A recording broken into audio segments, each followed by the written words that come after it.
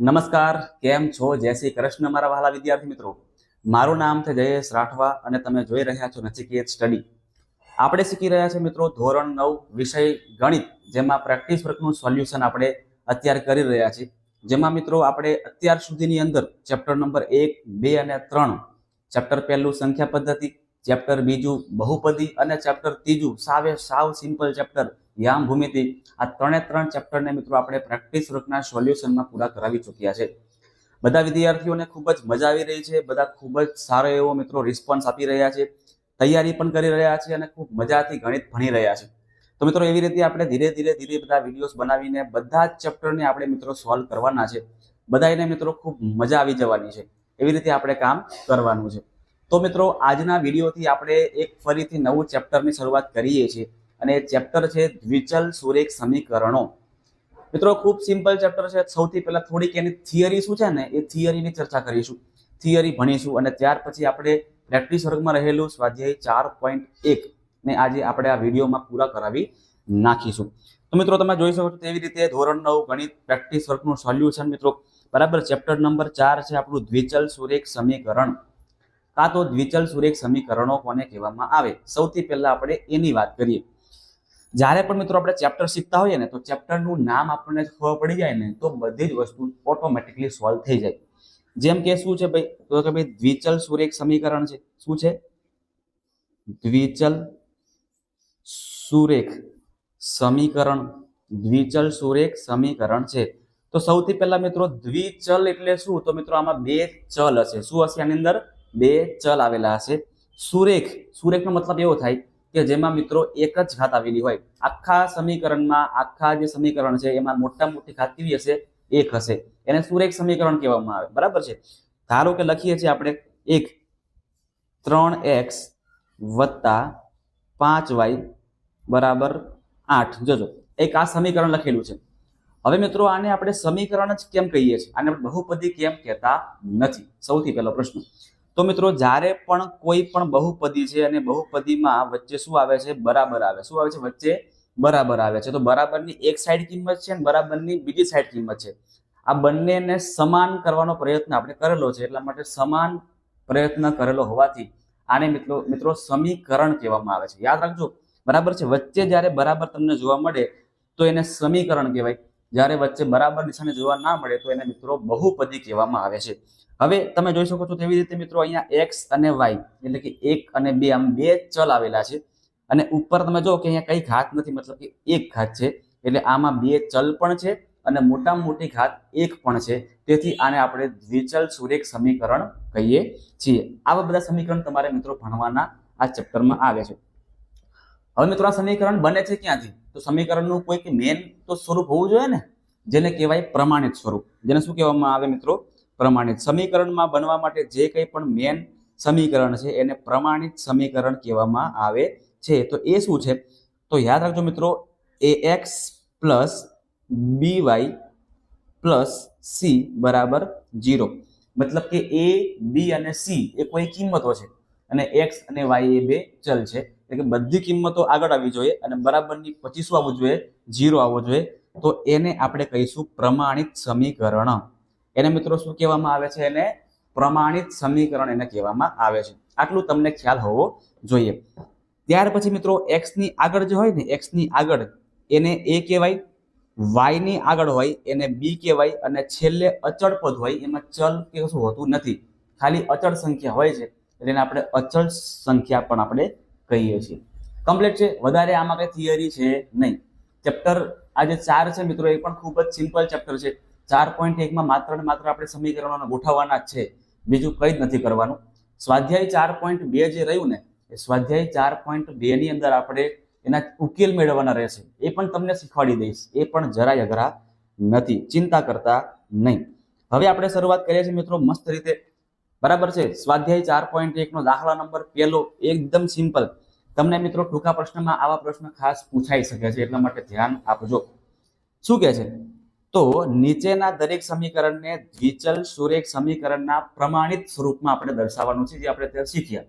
ax + by + c મતલબ કે બધા પદ કેવા? બરાબરની આગળ હોવા જોઈએ. બરાબરની પછી માત્ર ને માત્ર 0 જ હોવો જોઈએ. બરાબર છે. ચલો એ આપણે સેટ કરવાનું છે, બીજું કઈ નથી કરવાનું. તો અહીંયા આપણને પહેલું આપ્યું છે 5x + 3y = 45. 5x એ આગળ જ છે, 3y એ આગળ છે ભાઈ. 45 જે છે એ બરાબરની પાછળ છે, એને આપણે બરાબરની આગળ લાવવા પડશે.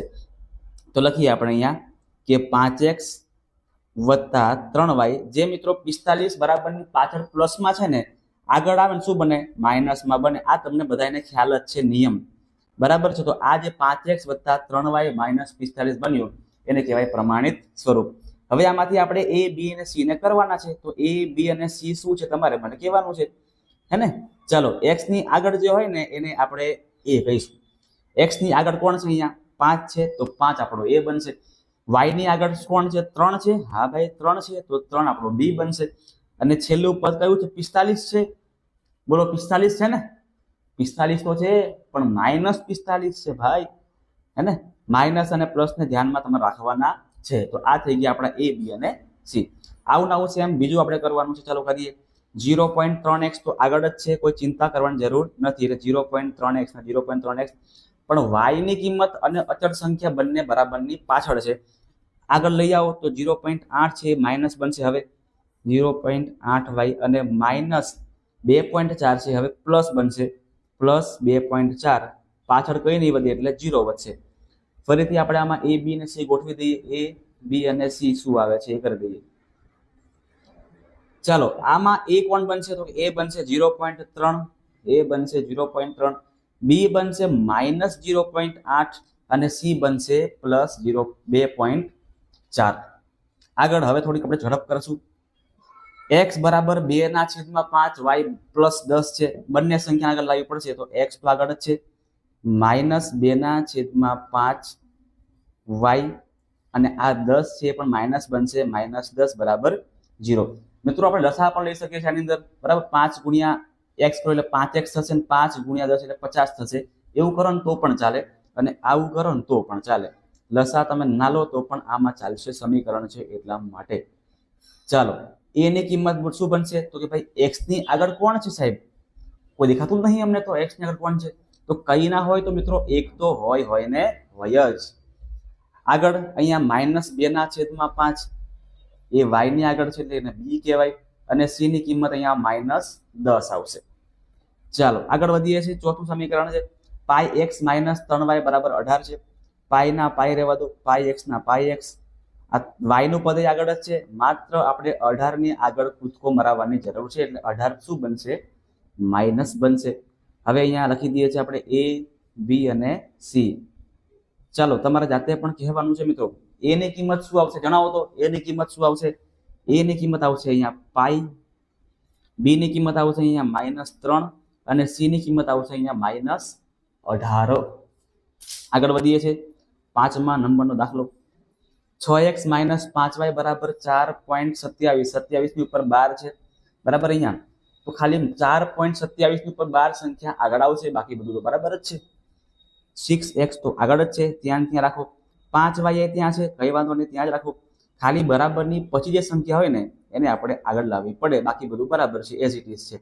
એટલે માઇનસ બનશે. અહીંયા લખી દો આપણે a, b અને c. ચાલો ભાઈ એ શું આવશે જણાવો તો મને. a ની કિંમત શું આવશે? સાચી વાત છે, કેટલી આવશે? 6 આવશે. b ની કિંમત કેટલી આવશે મિત્રો? તો b ની કિંમત આવશે -5 આવશે, અને c આવશે -4.27. 27 ની ઉપર આપણે 12 કરીએ છીએ. તમને બધાને ખબર જ છે કે જ્યારે અનંત આવૃત સંખ્યા હોય, અનંત આવૃત સંખ્યાની અંદર અનંત આવૃત સંખ્યામાં તમને સંખ્યા મિત્રો રિપીટ જોવા મળે. જેમ કે 4.3 અને 3 ની ઉપર 12 હોય તો 4.3333333 આવું આગળ વધ્યા કરશે. આગળ વધીએ છીએ. ચાલો અહીંયા 2y જોજો મિત્રો, અહીંયા 2y - 3x = 14 છે. આપણે સૌથી પહેલા x વાળા પદને ગોઠવવાનું, બીજું વાત નહીં. એટલે આ 3x ને આગળ મૂકી દો, બીજું કશું ના કરો. આ 2y પ્લસમાં છે અને એની પછી કરો, અને 14 જે બરાબર પાછળ છે એને આપણે આગળ લઈ આવો તો -14 થઈ જશે. ચાલો અહીંયા હવે a, b અને c કરી દેવાનું છે આપણે. a, b અને c શું મળશે તે. ચાલો a આપણને મળશે -3, b મળશે આપણને 2, c મળશે આપણને -14. આગળ 7મા નંબરનો દાખલો જોઈએ છે. જો x ને આગળ લાવો એટલે -x થશે બરાબર. y તો આગળ જ છે બરાબરની, y ના y રહેવા દો. +5 એ બરાબરની પાછળ છે એને આગળ લાવો તો -5 થઈ જશે બરાબર. આપણે 0 કરી દઈએ છીએ ભાઈ. અહીંયા a b અને c ઠપકારવાનું છે આપણે. a b અને c. a ની કિંમત જો x ની આગળ કશું નથી, ખાલી માઇનસ છે એટલે -1 કહેવાય. b ની આગળ કઈ નથી એટલે 1 જ કહેવાય. અને c છે આપણું -5. આ આપણો જવાબ થશે. આગળ લાસ્ટ 3x મિત્રો આગળ જ છે. 3x ને કઈ ના કરો. 2y + 1.5 બરાબરની પાછળ છે એને બરાબરની આગળ લાવો તો 2y બનશે -2y અને +1.5 બનશે -1.5 બરાબર 0. અહીંયા a b અને c લખી દઈએ છીએ આપણે. a ની કિંમત શું આવશે, b ની કિંમત શું આવશે અને c ની કિંમત શું આવશે? a ની કિંમત આવશે મિત્રો 3, b ની કિંમત આવશે -2 અને c ની કિંમત આવશે -1.5. તો મિત્રો તમને પણ એક્ઝામમાં આવી રીતે પ્રશ્ન પૂછે, તમને પણ સમીકરણ આપેલા હશે અને તમને સમીકરણ પરથી પૂછ્યું હશે કે આ સમીકરણને પ્રમાણિત સ્વરૂપમાં લખો અથવા તો આ સમીકરણમાં a ની કિંમત જણાવો કે b ની કિંમત જણાવો કે પછી c ની કિંમત જણાવો. આવું તમને મિત્રો હવે ઇઝીલી આવડી જશે. ચાલો આગળ વધીએ છીએ દાખલા નંબર 2 તરફ. એમાં શું કરવાનું છે જોઈએ. નીચેના દરેક સમીકરણોને દ્વિચલ સુરેખ સમીકરણ તરીકે ખાલી પ્રમાણિત સ્વરૂપમાં લખવાનું છે. પ્રમાણિત આપણે ખાલી કરવાનું છે. પ્રમાણિતનો મતલબ થાય છે મિત્રો કે આપણે x વાળું પદ પણ હોવું જોઈએ, y વાળું પદ પણ હોવું જોઈએ અને અચળ સંખ્યા હોવી જોઈએ. એ બધુંય ક્યાં બરાબરની આગળ હોવું જોઈએ અને 0 ક્યાં બરાબરની પાછળ હોવો જોઈએ. બસ આટલું આપણે સેટ કરવાનું છે. હવે તમે જો મિત્રો અહીંયા કે પહેલી સંખ્યા જે આપણને આપેલી છે 5x બરાબર -10. x વાળું પદ એ છે, અચળ પદ એ આપણને આપેલું છે, પણ y વાળું પદ ક્યાં છે? છે જ નહીં. તો મિત્રો જાતે આપણા ઘરેથી લાવવાનું, આપણા ઘરેથી જાતે પદ લાવવું પડશે. જો બતાવો કેવી રીતે. તો 5x તો મિત્રો છે જ અહીંયા બરાબર છે. હવે y વાળું પદ નથી, મતલબ કે આપણે 0y વડે એને સરવાળો કરી દેવાનો. શું કરી દેવાનું મિત્રો? 0y અને -10 આગળ એને શું બનશે? +10 બનશે બરાબર 0. બરાબર છે, કમ્પ્લીટ છે. ચાલો આગળ વધીએ છીએ. અહીંયા પણ સેમ વસ્તુ πx ના πx રહેવા દો. y વાળું પદ નથી એટલે આપણે 0y પ્લસ કરીએ છીએ અને 3.14 જે બરાબરની પછી હતું તે હવે બરાબરની પહેલા એટલે માઇનસ થઈને આવશે -3.14 બરાબર 0. 0 કરવાનું ખાસ ભૂલાય નહીં. 0 તમે નહીં કરો બરાબરની પાછળ તો એને સમીકરણ કહેવાશે નહીં. જોજો અહીંયા 4y બરાબર 24 છે. આમાં x વાળું પદ નથી એટલે આપણે 0x કરીને પ્લસ કરીએ એટલે +0x +4y અને 24 જે માઇનસ પ્લસમાં છે એ શું બનશે? માઇનસમાં બનશે. -24 બરાબર 0 અને આગળ 3y બરાબર -11. અહીંયા પણ x વાળું પદ નથી એટલે 0x વડે પ્લસ કરીએ +3y -11 જે બરાબરની પાછળ છે ને એને આગળ લાવો તો +11 થશે બરાબર 0. તો આવી રીતે સિમ્પલ કોઈ તમને કોઈ પણ સમીકરણ આપેલા હશે એની એક જ રીત છે ax + by + c. આ પ્રમાણે આપણે ગોઠવવાનો છે બરાબર છે. ચાલો આગળ વધીએ છીએ દાખલા નંબર 3 તરફ, જેમાં મિત્રો આપણે સમીકરણ બનાવવાનું છે. સમીકરણ બનાવતા ખાસ શીખી લેજો કારણ કે મિત્રો ધોરણ 10 માં ચેપ્ટર નંબર 3 અને ચેપ્ટર નંબર 4 બરાબર છે દ્વિચલ સુરેખ સમીકરણ યુગ્મો અને ચેપ્ટર નંબર 4 દ્વિઘાત બહુપદી. આ બે ચેપ્ટર મિત્રો એવા છે કે જેમાં તમને સમીકરણો આપેલા છે, તમારે સમીકરણો બનાવવાના છે બરાબર છે. તમને વાક્ય આપેલું હશે અને તમારે માટે સમીકરણો બનાવવાના છે. તો ઘણા બધા વિદ્યાર્થીઓને પ્રેક્ટિસ નથી હોતી એટલે એમાં મિત્રો માર ખાઈ જાય છે, એમને આવડતું નથી. એટલા માટે ખાસ તમે આ રીત શીખી લેજો. સમીકરણ આપણે કેવી રીતે બનાવવાનું હોય જોજો. 3 મોસંબી અને 6 નારંગીની કુલ કિંમત 210 રૂપિયા થાય છે. તો આ વિધાનને આપણે દ્વિચલ સુરેખ સમીકરણ સ્વરૂપે દર્શાવવાનું છે. ખૂબ જ સિમ્પલ છે. જો આપણે ધારી લેવાનું, ધારો કે મોસંબી x બરાબર છે. ધારો કે મોસંબીની કિંમત x છે. ધારો કે મોસંબીની કિંમત x રૂપિયા છે અને એવી રીતે નારંગીની કિંમત y રૂપિયા છે. એવી રીતે ભાઈ નારંગીની કિંમત y રૂપિયા છે. નારંગીની કિંમત y રૂપિયા છે. હવે સિમ્પલ છે મિત્રો, એક નારંગીની કિંમત x રૂપિયા, તો 6 ની કેટલી બરાબર છે, તો કે 6 બરાબર. એવી રીતે 3 મોસંબીની કિંમત, એક મોસંબીની કિંમત x રૂપિયા છે, તો 3 ની કેટલી, તો કે ભાઈ સિમ્પલ છે 3x થાય. એવી રીતે એક નારંગીની કિંમત y રૂપિયા, તો 6 નારંગીની કિંમત કેટલી થાય, 6y થાય. આપણે કિંમત પૈસા આપીને લઈએ છીએ એટલે પ્લસ કરવાનું, બંને લઈએ છીએ એટલે, અને કેટલા રૂપિયા થાય છે, 210 રૂપિયા થાય છે. તો મિત્રો આ આપણો જવાબ બનશે 3x + 6y = 210. આ તો બહુ સિમ્પલ સમીકરણ છે મિત્રો. આવા તમને બે સમીકરણ બનાવવાના ધોરણ 10 માં આવશે, પણ તમે આની પ્રેક્ટિસ કરશો તો તમારે એમાં પણ જરાય વાંધો આવશે નહીં. આગળ દાખલા નંબર 4, રમકડાની દુકાનમાં એક બેટની કિંમત એક બોલની કિંમત કરતા 5 ગણી છે. તો આ વિધાનને ફરીથી આપણે બનાવવાનું છે વિચલ સુરેખ સમીકરણ. સિમ્પલ છે. જો આપણે ધારી લઈએ, ધારો કે બેટની કિંમત x રૂપિયા છે બરાબર છે, લખી. ધારો કે બેટની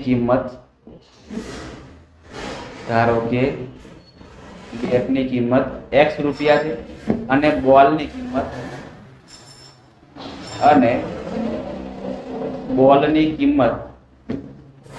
y રૂપિયા છે. હવે તો જો મિત્રો બંનેને આપણે કમ્પેર કરીએ. જોજો આમાં ઘણા બધા વિદ્યાર્થીઓ ભૂલ કરે છે બરાબર છે, આમાં ઘણા બધા વિદ્યાર્થીઓ ભૂલ કરે છે, x અને y મૂકી દેશે બરાબર, અને ત્યાર પછી બધી ઘર પર ઘટાડા કરશે મિત્રો. જે ઓલરેડી 5 ગણું છે એના પર 5 આપણે કેમ મૂકવાના, નથી મૂકવાના.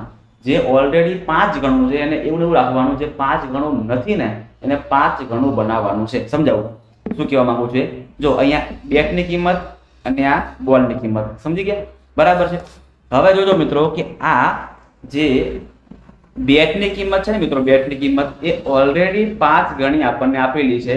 તો આને આપણે 5 ગણા કરવા માટે શું કરવું પડે, તો કે આને આપણે 5 વડે ગુણવું પડે. આ બેટ છે, આ બોલ છે બરાબર છે. ઘણા બધા વિદ્યાર્થીઓ એવું કરશે, બેટની કિંમત 5 ગણી કરીને એટલે 5x + 5x = y કરશે. આ ખોટું છે બરાબર છે મિત્રો. જે 5 ગણું આપણને આપ્યું છે એને 5 ગણું રહેવા દેવાનું છે. બીજી બાજુ આપણે 5 ગુણવાના છે, મતલબ કે અહીંયા બેટની કિંમત 5 ગણી હોય તો આપણે બોલમાં 5 કરવાના, એટલે કે x = 5y. આવું આપણું મિત્રો સમીકરણ બનશે. હવે આને આપણે પ્રમાણિત કરવા જઈએ તો પણ બની જશે. x ના x, આ 5y ને -5y કરો બરાબર, પ્લસ અહીંયા કઈ નહીં એટલે 0 = 0. આને કહેવાય પ્રમાણિત સમીકરણ. અને દાખલા ગણવા માટે આપણે ઉપરના સમીકરણનો ઉપયોગ કરી શકીએ છીએ.